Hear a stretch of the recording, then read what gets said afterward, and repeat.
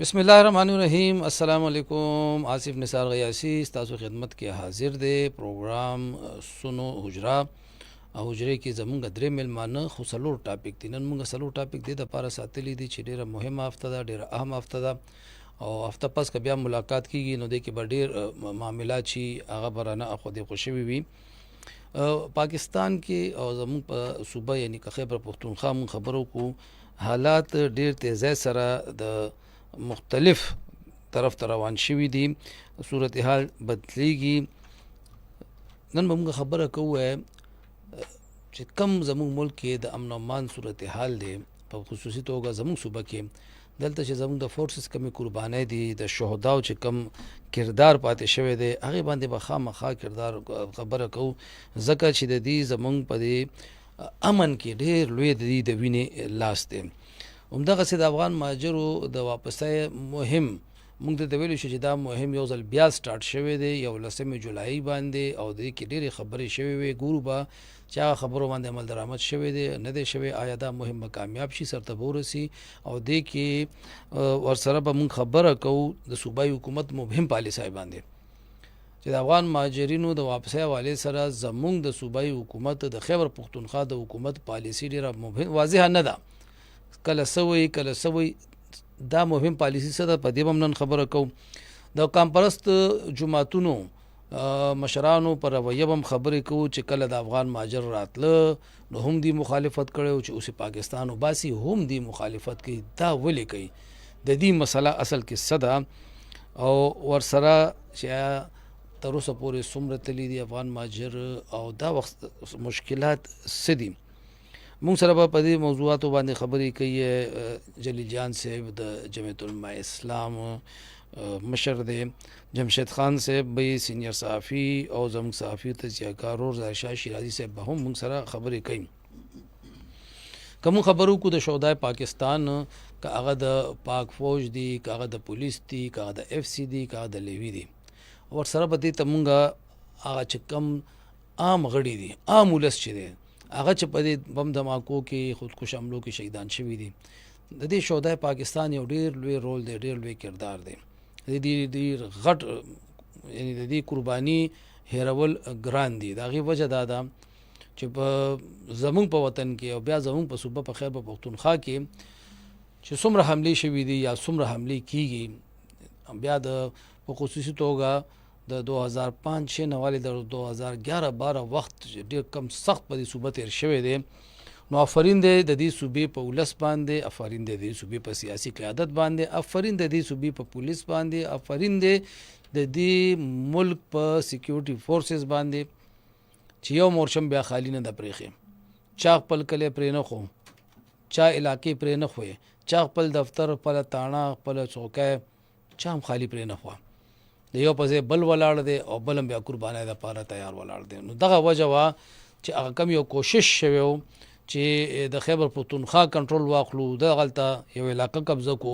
هغه ناکام شو. اوس بیا هغسې یو کوشش داسې کاري روان دی چې یاره د خیبر پښتونخوا په یو علاقه باندې لږ وخت دپاره هم چې قبضه وشي او دنیا ته دا وښیي چې دلته د ریاست او د حکومتونو ریټ نشته دی. خو الحمدلله تر اوسه پورې داسې یو کوشش هم کامیاب شوی نه دی او نه به کامیابېږي. د هغې وجه دا ده چې کله د وطن خبره شي، کله د ولس خبره شي، کله اجتماعي خبره شي، نو دلته که فوج دی، که فورسز دي، که عام ولس دی، که سیاسي جماعتونه دي، دا یو مخ ولاړ دي. تېره ورځو کې د جمعیت علماء اسلام مرکزي مشر مولانا فضل الرحمن صاحب چې کومې خبرې او جلسې ته کړي دي د هغې بعضې جملو سره اختلاف بالکل ټول ساتلی شي، خو د دې اختلاف په پس منظر کې یا د دې اختلاف په بانه باندې کنزل کول، کردار کشي کول دا مناسب نه دي. د دلیل خبره پکار ده او دلیل سره خبره پکار ده. په دې باندې به موږ کوشش کوو چې د سیاسي جماعتونو کې دا کم یو دې ته که موږ وایو چې عدم برداشت راغلی دی، د دې څه وجه ده، د دې ذموار څوک دي او د دې به اثرات څه وي په دې معاشرې باندې، په سیاسي خلکو باندې. او د صوبایي حکومت د لاسه د افغان مهاجرو د واپسۍ په مهم باندې چې ډېر وخت نه موږ دا ویلی شو چې ډېر بد اثرات راپریوزي او دا مهم متاثره کیږي. د دې هم دې صوبې ته او د دې صوبې سره سره د وطن ته نقصان رسی فایده څه نشته دی. د پاکستان تحریک انصاف صوبایي حکومت ته هغې ته دا سوچ پکار دی چې که دغه پالیسۍ کې د ریاست سره ودرېږي نه سپورټ نه کوي نو نقصان د نورو صوبو نه زیات بیا د خیبر پختونخوا دی او دا وخت د خیبر پختونخوا هم د عام ولس د خلکو غټه مطالبه ده، متفقه مطالبه ده چې د افغان مهاجرونو دی واپسی وشي، باعزته واپسی دی وشي او په وخت دا واپسی وشي.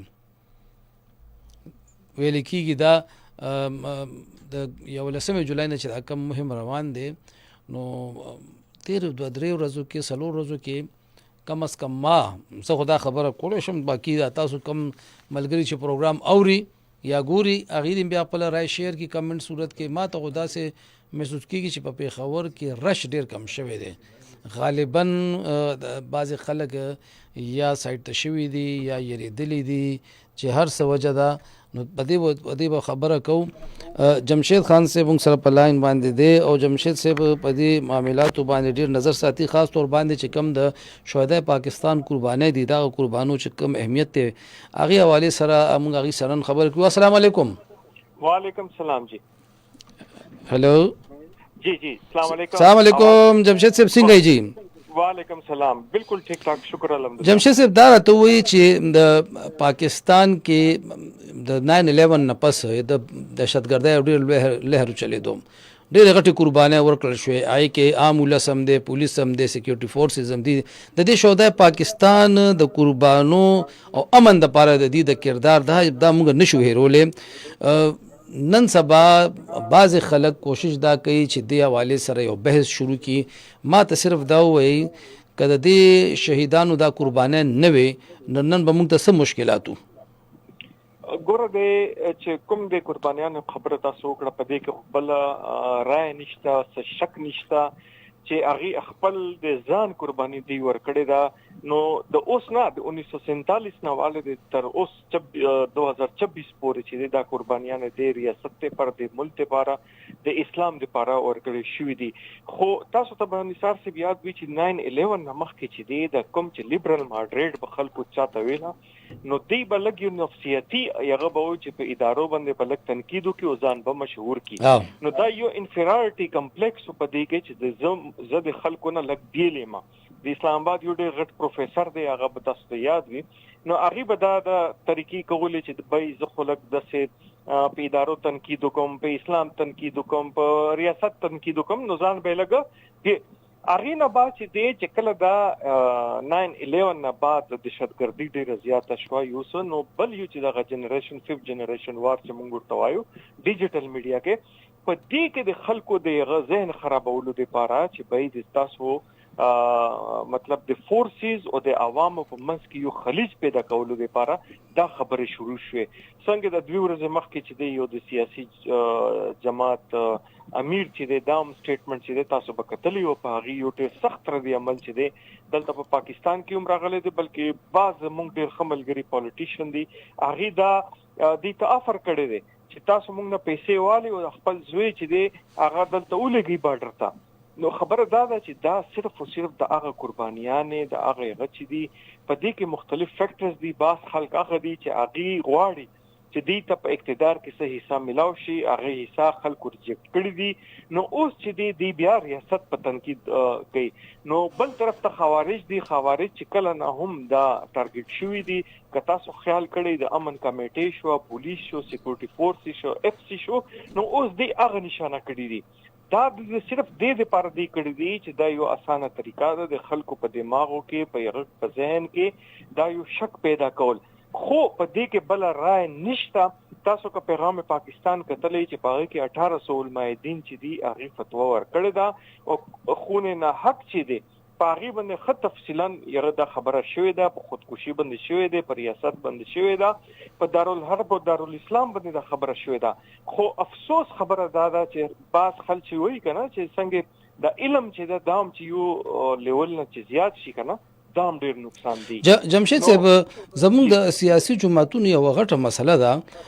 چې کله دی په اپوزیشن کې وي نو د خپل سیاسي مفاد د پاره دی همیشه د پاره د ریاستي ادارو خلاف ډېرې سخت خبرې کوي لکه نن سبا په سوشل میډیا تاسو کتلی د نن موجوده حکمران جماعت د بلکې د موجوده وزیرانو زاړه کلیپس مخې لره روان دي ډېرې سخت خبرې کړي دي هغې کې خو یو مشر لا دا وایي چې یاره نه مونږ خو فرد واحد یاد کړو حالانکې د هغې الفاظ به همیشه مجموعي طور باندې ادارې خلاف وو دا د سیاسي پارټو دا څه مسله ده چې کله د دې غرض وي نو تعریف به کوي او چې کله غرض نه وي نو بیا به پې تنقید کوي او د دې دغه رویې سره ظاهره د دې ورکرو بیا قوم باندې اثر پروزي د دې اصلاح به څوک کوي جي دا ګوره دا یو نفسیاتي مسله هم ده چې څنګه چې ماشوم چې دی که نه بعض ماشومانو کې نفسیاتي مسله راشي بې وخته جاړي به ضد به کوي چې د مور پلان لږ ته توجه ورکړي نو دې هم ځان نه هغه ماشومان جوړ کړي دي چې نفسیاتي ماشومان یې ځان نه جوړ کړي دي خلکو چې دې رجکټ کړي دي سیاست دې ته وایي چې سیاست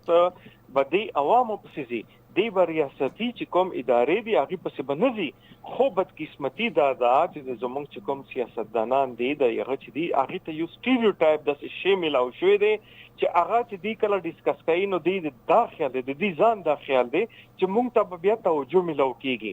خو ګوره چې دا یو هغه د اسانه غوندې خبره درته کوم چې ریاست دی نو سیاست دی بالکل سمپل خبره ده ریاست دی نو سیاست دی په دې خبره باندې دوی ځان نه پوهیږي او اوس دا ټایم راغی چې ګوره چې انډیا کومه خبره کوي خوارج چې کومه خبره کوي کله دم پی ایل ایف چې کومه خبره کوي کله دم پی ټی ایم چې کله یو خبره کوي نو هغې سره دوی په قطار کې ودرېدلي نو ریاست هم دا څیزونه خو ګوري که نه چې اوس په ریاست مخالف چې دی په قطار کې څوک ودرېدلي دي بیا به دا نه وایي چې بی موږ نه غلطي وشوه د الفاظ چناو چې د هغه غلط وشو یا زموږ خیال نو یا ما پلانکي ته ویله ما یا هغې ته ویله نو دا ټولې خبرې دا ماشومانو خبرې نه دي لږ د دیم سوچ کوي نو ستاسو خیال نه دی چې داسې یو میثاق کم از کم په دې شیز هم پکار دی چې سیاست یعنی یو خو دې ته کوم وایي چې رولز آف گیم داسې څه پکار دي یا یو میثاق په دې پکار دی چې کم زموږ سیکیورټي ایشوز دي نو هغې باندې په کلاو مجلس کې دغسې انداز کې خبرې چاته هم نه دي پکار او دا یو څو شیزونه مونږ لږ بیل کو د خپل سیاست نه باقي په پالیسو باندې هر څه باندې تنقید کول پکار دي نو داسې تاسو له داسې لار نه ښکارېده چې داسې یو لار سړی پیدا کړي مستقبل دپاره سر جی دې ډېر آسان حل دی چې کوم لیبرل ماډریټ دي د یورپ او د امریکې مثال ورکوي هغه خبرې دي هلته نشي کولی پهله خبره جی بالکل دویمه خبره ریاست چې دی په ریاست کې چې دی که بیا میډل ایسټ خبره کوي د عرب ملکونو خبره کوي نو هلته هم نشته بالکل یو پاکستان دی چې د دومره ازادي ده د فریډم اف سپیچ او فریډم اف ایکسپریشن ما در پیدر ازادي ده نو هغه ازادي ده چې د هغې لیمټ هم نشته او د ازادي مفهوم هم نشته مطلب هر څه ته د ازادۍ نوم ورکول چې دی دا هم یوه غټه ازادي ده دلته په پاکستان کې نو دا خو چې کوم زموږ د پالیسي میکران چې دي هغې ته پکار ده چې اوس دا کینی څه لیمټس جوړ کړي چې ګوره دا څیزونه نه دي دا خبرې چې دي د ستاسو د ریاست چې دي د هغې خلکو ته فایده ورکوي چې بیا انډیا چینل هم لګیایي دلته د افغانستان چې کوم هغه سوشل میډیا والا دي هغه هم لګیایي بیا هغه هم بیا لګیایي نو دا ټول دشمنان چې دي بیا په یو صف کې ودرېږي جمشید صاحب تلو کې په دې باندې لږ ما ته خامخا لږ خپله رای راکړي دا بعضې زه دې ته لفظ استعمالوم دا لفظ اگر چې ما ته مناسب نه کړي ډالر خور دا ډالر خور بعضې یوټیوبرز دي افغانیان هم دي زمونږ هم دي بهر ناست دي او هغې بهر نه د ریاست پاکستان خلاف پروپیګنډه کوي که دغه افغان معاملاتو کې که پاکستاني معاملاتو کې وي بعضې پښتانه داسې دي چې هلته ځان افغانان جوړ کړي دي اوس د پاکستان خلاف لګیا دي دغه ډالر خور چې کومه مافیا ده د دې تاسو څه ګورئ چې د پاکستان او د افغانستان د موجوده حالاتو کې دا چې کوم د دې منځ کې تاوتریخوالی دی د دې ډالر خور مافیا هم څه رول شته دی که نه بالکل شته دی بالکل شته ده او دا هغه خلک دي چې که تاسو خیال کړي چې د پاکستان که سیاسي مسله یې که پاکستان داخلي مسله یې که د پاکستان د سرحدونو خبره یې نو دا خلک چې دي هغه به یوه داسې تیوري مارکیټ ته راولي چې هغه به بالکل ډفرنټ وي د دې څه کار پکې نشته دی خو هلته ناست دي ښه مزېدار ناست دي ایسي ته به ناست دي یو څه بل څه بالکل خو دلته چې دی هغه اثر رسوخ جوړ کړی دی چې نن به دوه درې یوټیوبران د یو کې والا چې دی هغه ما او قتل چې نن لینا نه دینا خو چې خیبر پختونخوا چې کوم دا یغه دی چې دی نه هغه چرته عہدیدار دی نه ام پی ای دی نه ام ان ای دی نه دلته بل څه دی خو الته ناستي او دی هغه خپل اثر رسوخ چې دی خپل پلیټ فارم چې دی عدالت استعمالي نو دې لپاره چې پاکستان کې خو قانون سازي شوې ده خو اوس یو دا شی دی چې بیرون ملک کوم کسان ناستي دا غي باره کې هم څه کول پکار دي په روس کې په چاینا کې په ترکی کې ایون په سعودي عرب کې هم دا قانون شته چې یو سړی چې پاکستاني سټیزن وي او بهر ملک کې چرته نه اوسي او پاکستان مطلب دا غي ملک باره کې چې سوې هغه ته قانون ته راوستي شي بالکل د دې ضرورت دلته په پاکستان کې هم ډیر زیات دی چې یو پاکستانی سټیزن دی یا پاکستاني سره یره دی او الته بهر ناشته او داسې خبره کوي نو دلته پکار چې دا خلاف هم کاروي شي. ډیره مننه جی ډیره مننه جمشید خان صاحب. جمشید صاحب ډیره مزیدار خبرو کا چې پکار دادا د ډیرو ملکونو دا قانون دی د ډیرو ملکونو دا طریقه ده چې داغه کم غړې داغه کم اوسیدونکو داغه کم سټیزن هغه بهر ناستوي او هغه د خپل ملک خلاف خبره کوي نو هغه ملک دا قانون شته چې هغه سړی دغه بهر ملک نه روغ واړي او دلته ورته سزا ورکړي یعنی هغه د عدالت په کټهرې کې ودري. دې کې یو خبره موږ ته ملګرو یاد ساتل پکار ده د حکومت خلاف د پالیسو خلاف د ادارو خلاف خبره یو شی ده د ریاست خلاف خبره بل شی ده. پکار نه ده چې د ملک خلاف د وطن خلاف د ریاست خلاف خبرې وکم نه زما اختلاف به ادارو سره زما اختلاف به حکومت سره زما اختلاف به بیوروکراسي سره دې سره به اختلاف ساتو او دغه اختلاف د جمهوریت حسن ویل کېږي دیتا چې په یو بل تنقید وکړو نو موږ ته بل راښکاره شي ځکه چې عام طور باندې هر انسان ته خپل ځان کې چې کومه کمی ده کوتاهي ده هغه نه خبرېږي تر څو پورې چې بل چا ورته نه ویل نو د تنقید دا یو فایده ده او خو بیا چې ته زه ډایرکټ وطن ته نو دا بیا بالکل دا آئین هم د دې اجازت نه ورکوي او دې ته چې تاسو ګوري په آئین کې باقاعده دې ته غداري ویلې شوې ده او دا هر ملک کې دا قانون شته ریاست خلاف سو خبره نه کوي. بدقسمتۍ نه زمونږ په پاکستان کې میډیا سوشل میډیا الکترونیک میډیا پرنٹ میډیا چې څومره آزاده ده دومره آزاده تصور څوک په مغرب کې په یورپ کې امریکا کې نشي کولی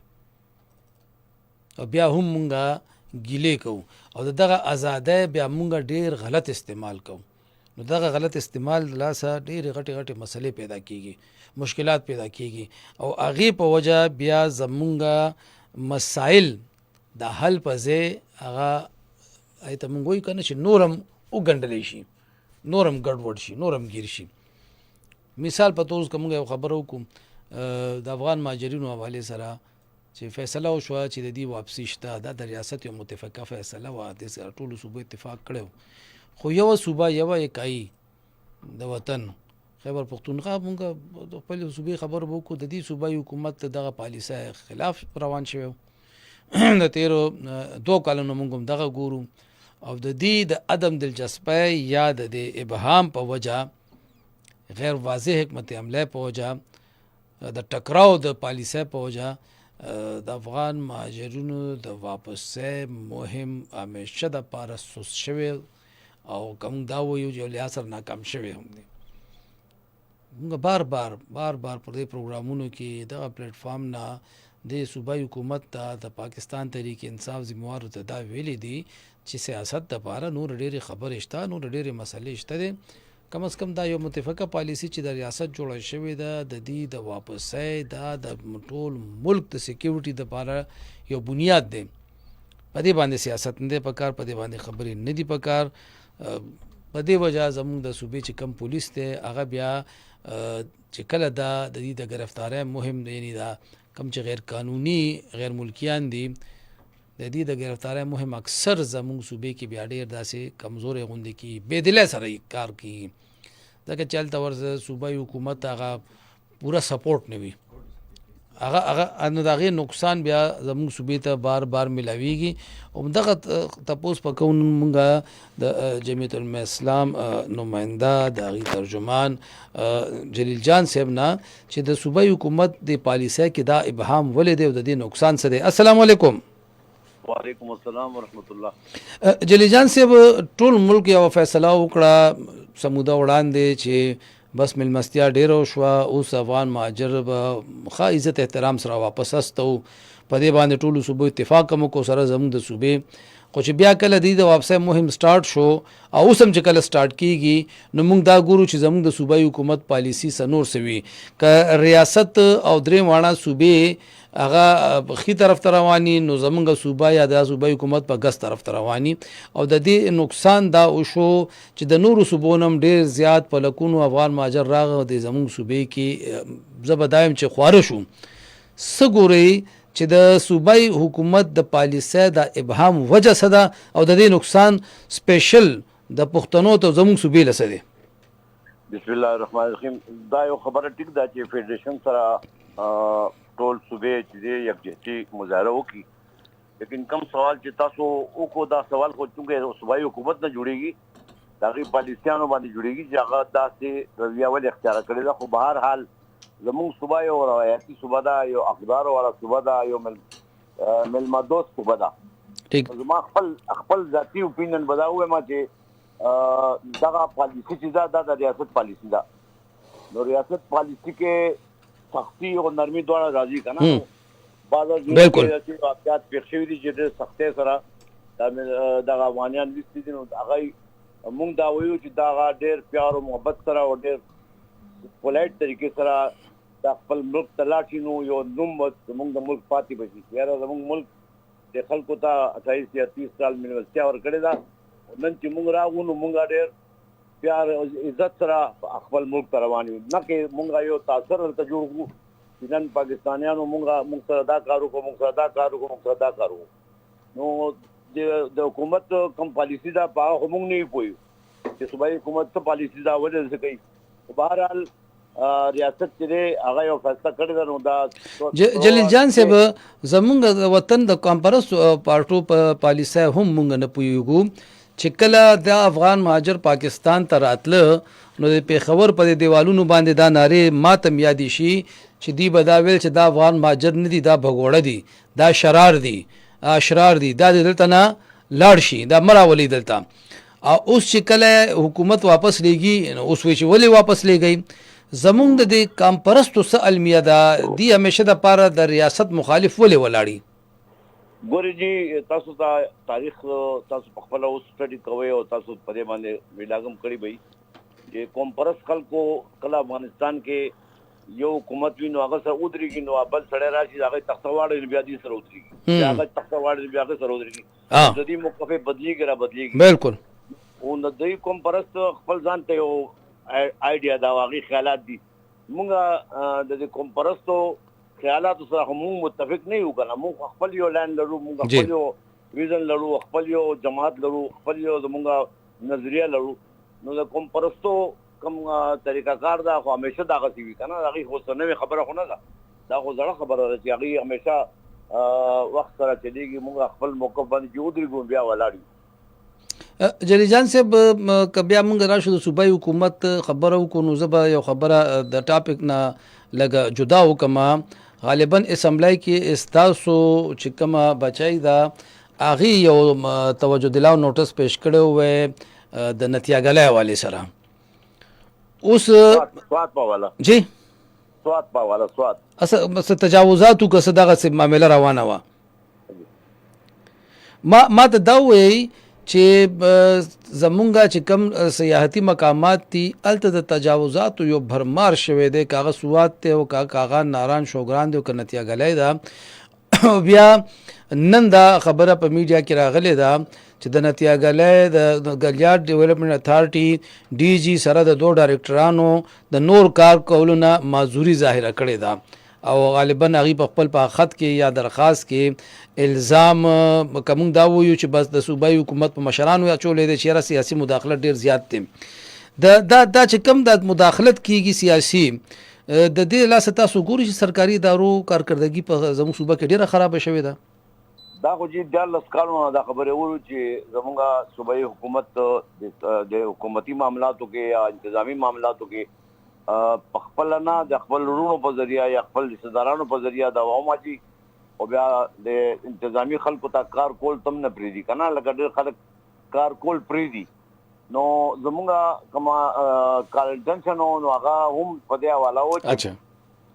ټول دنیا نه هغه راځي صحت راځي کوم خلک راځي ویزټر راځي نو هغه تاسو څه سہولت ورکوي هغه لکونو نه کرونو روپو تاسو ته بزنس ورکوي التا کنه نو تاسو داغه د سیفټي تنظیم نشتا التا سیف جیکټ نشتا التا بوټ نشتا التا کم پولیس ته التا کم پوینټ د پارا خلکو رهنمایي د پارا تاسو څه پوینټونه نه جوړ کړی یا نور چې کوم التا غلطیاں دي نو هغه نشاندهي کړی دا. اچھا لیکن منسٹر صاحب هغه ټایم هغه له جواب ورکو خو لیکن هغه په کاغذونو باندې جواب ورکو نو هغه بیا ورته وی چې مالا امپلیمنټیشن وکړه چې تاسو عمل کړی دی په باندې. اچھا ٹھیک ده کشته پرې وتا خلک پرې وتو خلک مړ شو حکومت نه بچ گئی عوام پاسيږي هغه او بالکل جلیل جان سے پتلو کې په دې صوبه کې د خیبر پختونخوا د اپوزیشن جماعتونو د صوبایي حکومت یو بل پیش کړو آی کې مراعات کې ډېر اضافه شوی په میډیا باندې پابندي و بس په دې کې تلو کې د جمعیت العلماء اسلام موقف خپل سره ګوري جی مونږه اوس پورې د باندې تبصره کړی نه دا خو بهرحال دا کم تاسو چې کم بل تنوم ورکوي دا خو د سپیکر اجلاس کې دا معاملات تیر شوي وو سپیکر کم کانفرنس و ټول پاکستان. اچھا جی دا هغه حواله مشته چې سن 1988 او 85 او 88 او 90 او 92 هغه وخت نه دا سيزونه روان دي او هغه معاملات هغه تیر شوي دي. باقي مونږه تاسو د پنجاب او د بلوچستان او د سند موازنه کې سره کوي نو کې پی ام پی غانو ته هغه مراد نه اصل چې کوم غیلا اصل دي اوس پاکستان کې ډایرکټ گرین پاسپورټونه چا سره دي څو خلکو سره دي نو دغه ام پی غانو سره نشته لیکن دا एकदम هایلایټ شو د دې وجه تاسو یو خما چې دا نن سبا په صوبګه او په پاکستان کې کوم حالات روان دي امن او امان په حواله باندې داغي توجه هټاول لپاره دا یو څه او چې دا غلط دی او دا صحیح دی او دا غلط دی او راځي وي غلط دی بل راځي او صحیح دی نو دا څه لکه ناس ته خبرې نه دا سره یو درخواست پیش کیږي تاسو دا قانون غلط پیش کړی دی د دې کې لږ ترمیم کوي د دې پروپاګاندا څه ضرورت دی یو بلتا متل دا چې جواب در جواب دا موږ د صوبې کم اطلاعات دی هغه ته بقا دا او چې دا د ښه طریقې سره هندل کړی هغه هندل کولو طریقه ورته نه راځي هغه کله تردید کوي او کله تایید کوي نو نه پوهیږو په دې خبره مطلب دا د جلیل جان صاحب وی چې معاملہ مس هندل شو په دې د دې لاسه دا خراب شو ډیره مهرباني جلیل جان صاحب د ټایم ور کولم عجیبه خبره ده چې صوبایي اسمبلی قانون جوړي او هغه قانون نه یو تماشه جوړه شوې ده اوس پکې لا دا خبره مخې لراغه چې به کابینه کې کم شی راغلی وای هغه یو شانتي او اسمبلی له چې کم شی لاړو یا اسمبلی چې کم پاس کو هغه سنور سو نو هغه د لاسه دا معاملې ګنده شو اوس صوبایي حکومت فیصله کړې ده د ډېر زیات تنقید نه پس چې چلو دا اوس مونږه واپس اخلو یو تاسو سره مونږه خبره کول غواړو عوامي کالم یو اخلو. السلام علیکم. وعلیکم السلام سرجی سلامونه قبول کا انور خان در ادم خیر په خیر انور خان سیب سنگال دی خیر دی وای کنه ډیر ورځې پس راخاره شوې بس دا مم پکې اسه هغه لغت اوله مونږ زکه او چاته کبه اکثر چې دا سخاتیان رونه راځي او هغه ته مغوږی خي نو سنگال دی انور خان سویل واړی ته الحمدلله ډیر ښه بیانو کو دواړو کسانو مو کو تم لګیای او زبا پکې یو با خبر دا ویا مروره چې ټول ماجر د اری صوبې نراله او زمونږ د صوبې ځای ورکې کنه نو د دوی په کې یو خپل مرایت وی زکه په داخله ک دومره کلکتی او دوه عمره هغه غټه خبره به زه کوم چې زما لس کوارټر دي دا په آبادی دي زما یو پلازا دا په آبادی دا بالکل ټیک وي بالکل خولي خبره دا وکا او زما په بازار کې مارکیټ کې دکانونه دي هغه ته آباد دي د هغې معنا د 10,000 نه واله چې یو دی تر 50,000 1 لک پورې ماله تنخوا په یو معمولي مارکیټ کې راځي نو زما دا خوښه به راشي چې زه دا ولېږم زما به دا ضرورت پیدا شي چې دا 1 لک روپۍ زه خو به وایم چې نور دې مراشي چې زما کرایه ماته زیاتې شي ګټه زما زیاته شي ځکه چې زه نه تاڼې ته راپورټ ورکوم زه به پولیس له لار بدلوم چې زما په دا مارکیټ راځي زه به وایم دې کې نشته بل کې بالکل بالکل مطلب دا دی چې غټه خبره دا ټوله دنیا پې ګوره سخاپیان لګیا وي بل لګیا وي هغه د اینې ټکی ګوره داسې د راتلونکو خبره وکړه چې په دیوالونو به مونږ لیکل چې دا غلطه ده جی بالکل اوس په تللو د دوی خپه یو ولې خپه یو غټه خبره دا ده چې زما د خولې نه لمړی وځي صحیح خبره دی وکړه صحیح خبره مو وکړه چې هغه ما په سیمسي کوټري شروع کړي چې زما په مینه کې پراته دي ما په سیمسي کوټري شروع کړي چې زما په مارکیټ خو ورسره نور خان صاحب په کار دا ده چې مونږ کم عام غړي یو چې مونږ بیا اطلاع ورکو چې به فلا ځای کې دا په کرایه پراته دي مونږ تم خپل کردار ادا کول خو په کار دي کنه بالکل صاحب د دې خبرې د مرګره ما خو چې کله ستا چوکۍ ته ستا تاڼې ته اطلاع ملاو ده هغه سړي ځان ملاو کړی دی خو ته بیا نه خبر ټیک شو به دا زه لږ په دې باندې خبره کوم ډېره مننه هم درته وایم نور ټول اورېدونکو ته سلام کوم ډېره مننه زمونږ خاوره ده د دې خاورې خدمت به مونږ په انشاءالله مهرباني انور خان صاحب وویل چې عام وګړي ته عام شهري ته هم خپل کردار ادا کول پکار دی هغه یو ډېر دلچسپه خبره وکړه د افغان مهاجرو په نتلو کې د یو مخصوص طبقې وی ډېره غټه فایده ده چې د چا پلازې دي د چا کورونه دي چا کوارټرې دي د چا جایدادونه دي هغه جایدادونه کې دي پراته دي ډېرې غټې کرایانو باندې نو دي دا نه غواړي چې دي لاړ شي او دغه په دې ټول مهم کې دا خلک رکاوټ دي نو تا تپوس بوس مونږ کوو د ظاهر شاه شیرازي صاحب نه چې واقعي دا خلک پکې رکاوټ دي کنه اصل رکاوټ سره نور څه هم شته السلام علیکم شیرازي صاحب وعلیکم السلام جی آصف صاحب سے تاسو څنګه خیریت ده الله کرم شیرازي صاحب یو ځل بیا یو کمپین سٹارټ شوی دی د 11 جولای نه چې افغان مهاجر به وزي پته نشته چې دا څومره کمپینونه دي او دا ختميږي نه ما صرف په دې پوي کوي چې دا 2022-23 نه دا غالبا 23 نه دا شیر روان شوی دی دا سر ته ولې نه رسیدي کې منځ کې څه داسې رکاوټونه راشي آیا زموږ ریاست یا ریاستي ادارې ویلنګ نه دي آی کې څه کمزوري دي دا څه وجه ده جی ډېر مننه آصف صاحب اصل کې افغانیان زموږ رونم دي زموږ ګاونډیان هم دي او دا ټیم کې ډېر مشکل حالات هم دي زما په خیال کې همیشه زموږ د پاکستان ریاست کوشش کړې دی چې د افغانانو سره زموږ چې کوم یو لکه دا دومره قربانیانې ورکړي دي 40 کاله پورې دلته وو نو دې با عزته خپل ملک ته لاړ شي یو خبره خدا دا چې کوشش تا شوی دی چې د دې خلاف صدا سے drastic action न कीगी कानूनी कार्रवाइयाँ न कीगी यानी यो लिमिटेड हद पूरे बेशक चिकम दे कम खलक ची बिल्कुल POR कार्ड न लरलो या ACC कार्ड न लरलो बिल्कुल किस्म डॉक्यूमेंट नो लगता सुधा गणी चागा यो दासे खलकु चागा totally unknown without any identification verification आगा हो all of a sudden तासो उचतल बॉर्डर तमोलेगल हो गया डिपोर्ट शू دینه په بیا دویم پروسیجر دا و چې انټرنیشنل کمیونټي دا UNHCR دی یونیسف دی بیا دوست ملکونه دي سعودي عرب دی قطر دی نور داسې ملکونه چې هغه تاسو ته ریکوست کورو چې تاسو لغونته د افغانستان کې د لاین اورډر د حالاتو د وجې دا معاملات لکه سلو ساتي نو خبري نو دا یو هیومانیټیرین ګراوند باندې لکه زموږ د ریاست دا یعنی یو فیصله واخو اوس تاسو ګوري چې د پاکستان خپل د لاین اورډر صورتحال مرج ډسټرکټس کې ډېر خراب دی بلکې په سیټل ډسټرکټس کې بیا دې سره سره تاسو ګوري چې بلوچستان کې کوم حالات جوړ شوي دي هغه لکه دې طرف ته اشاره کوي چې دلته کې ډېر زیات یو انټرنیشنل یو لحاظ سره وګورم نو دا یو انارکی پھیلاولو کوشش کیږي پروکسی جنگ روان دی او هغه خلک هغه کې دي شي مطلب دا نه وایي چې سلوي خلک افغانان اوسم چې کوم پاکستان کې اوسېږي هغه څه طریقې سره په دې کې انوالو دي خو چې کوم نوټیفیکیشن شوی دی د مطلب انټیریر منسټری طرف نه هغه دا وایي چې د 10 جولای نه پس څومره غیر قانوني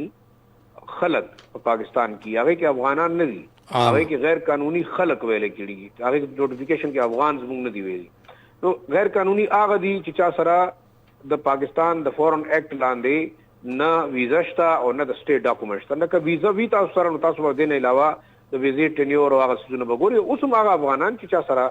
ویزا شته نو پاکستان ته راتلی شي. زما په خونو یو مرګره راغله دی هغه سره ویزا ټیک ده بالکل کابل کلند شو. اوس زمون کریک ډاون دی دل تاسو دا اخیری کم کریک ډاون خبره کوي سیریس سونه دی. سیریس دونه دی چې تاسو ګورئ لکه خلک چې کله په دې مطلب دا موږ ګورو د ریګلن ما روډ باندې کله یعنی یو کریک ډاون شوی د خلکو دکانونو پریخي تللی دي، هغه دکانونه خالی وو. بیا کورونو کې هم فورسز روان دي. تاسو کې زما اطلاعات دام دي چې پراپرټي ډیلرانو ته کوم ډایرکټیو ایشو شوی دي، دنه پس پراپرټي ډیلرز لګیا دي، هغه ټوټلی بین کړي دا افغان یا غیر ملکیان څومره دي چا سره چې ویزا نشته، ډاکومنټ نشته او پراپر هغه ان او سی نشي جوړولې، نو هغه ته کورونه کرای ورکول بند شوی دي. بیا تاسو ګورئ چې کریک ډاون د پیښور په مضافاتي علاقو کې شوی، هغه مالک مکانان چې څومره دي چې چا سره افغانان یا نور داسې غیر ملکیان اوسېدل، په دې کې دام راغلي دي چې صدا نور غیر ملکیان هم لکه په دې کرای باندې اوسېدل، نو د هغې مالکانو ته هم تنبیه شوې ده. اوس کریک ډاون څونه دونه سیریس دی چې تاسو حیات آباد غوندې پوسټ ټاونشپ کې باقاعده لیست جوړیږي، لګیا دي لیسټونه په هر غلې کې څومره افغانان دي، څومره پاکستانیان دي، چا سره پی او آر کارت شته یا نشته. دا د تانې په لیول باندې زما په خیال کې ډایرکټیو ایشو شوی دي. دا لکه یو پولیس افسر ماته دا خبر وکړه چې مونږ لګیا یو دلته د چې کوم چوکیداران دي، د نایټ چوکیداران دي، د ډے دي. شیرازي صاحب د دې مهم حواله سره موږ ته بیا د صوبایي حکومت پالیسۍ کې تیر 2 کالو نه ډیر غټ ابهام ښکاري. هغه نه کلاو مخې راځي او نه د مهم کې دلچسپي اخلي، او د خیبر پختونخوا د حکومت شاید د دې مهم پالیسۍ د لاسه د نور صوبونو چې کم خلک راغه هغه دلته خواره شو. تاسو ته هم دا ښکاري چې د صوبایي حکومت پالیسي آیا د حوالې سره واضحه شو که نه هغه ابهام پکې لا شته؟ زه آصف نثار صاحب غالبا د صوبایي حکومت جوریسډکشن یې نه دی، نو هغه کو ابهام دی او کو ابهام نه دی، په هغې خو څه فرق ته پیوځي. لکه انټیریر منسټري دا ډیل کوي د فیډرل ګورنمنٹ سبجیکٹ دی چې دلته پاکستان کې غیر قانوني چې کوم خلک اوسېږي هغه د ملک نه ځي. نو صوبایي حکومت په خپل بیا باندې هغې له ګارانټي ورکولی شي، نو اوس یې ودرېږي. ظاهره خبره ده هغه دا کم خلک اوس ډیپورټ کېږي لګیا دي د بارډر نه، یا پولیس ته یا لاین اسسټنټ کمشنر ډپټي کمشنر ته چې کوم هدایات ورکړي شوي دي هغې ولې په هغې باندې عمل کوي؟ په کار دی چې نه یې کولو. او زه تاسو ډېر انټرسټینګ خبر وکړم دلته، خو ظاهره خبره چې کله مونږ وروستو کال دا ډیپورټیشن شروع شو نو دا یو مسله په میډیا هایلایټ کړه، نو زمونږ دلته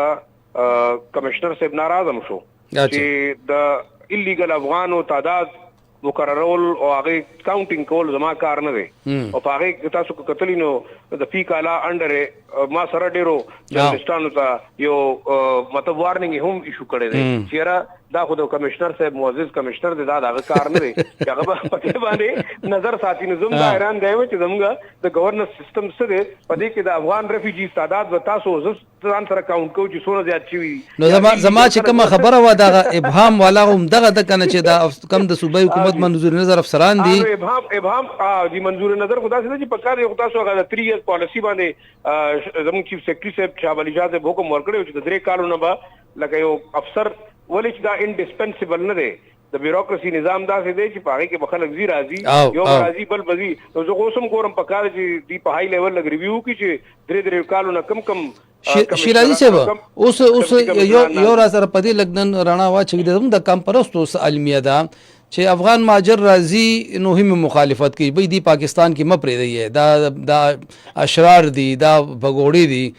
او چې کله اوس حکومت ریاست پاکستان واپس لیږي نو اوس بیا دی وایي چې دا ولې لیږئ، دا زیاتې کوئ. زموږ دا کانفرنس همیشه دپاره د ریاست مخالف سمت کې ولې ولاړي؟ یو سوال سمپل دی آصف نثار صاحب، تاسو افغانستان ته لکه چې بارډر ته لاړ شي اخوا وړېدی شي؟ نه. دا کامپرست اچکزۍ صاحب وړېدی شي؟ سوال نه پیدا کېږي. مطلب دا د ایمل ولی صاحب وړېدی شي، زما په خلک د هغې سټانس خو لږ بدل دی. مونږ کې څوک هم افغانستان ته بغیر د ویزې نه نشي تللی شو؟ نشي. ډاکومنټ بغیر نشو تللی. زه جرنالست تاسو جرنالستان تاسو افغانستان ته ځئ نو ویزا اخلي. او ظاهر ده بالکل ډاکومنټیشن نه پوزو. کابل نه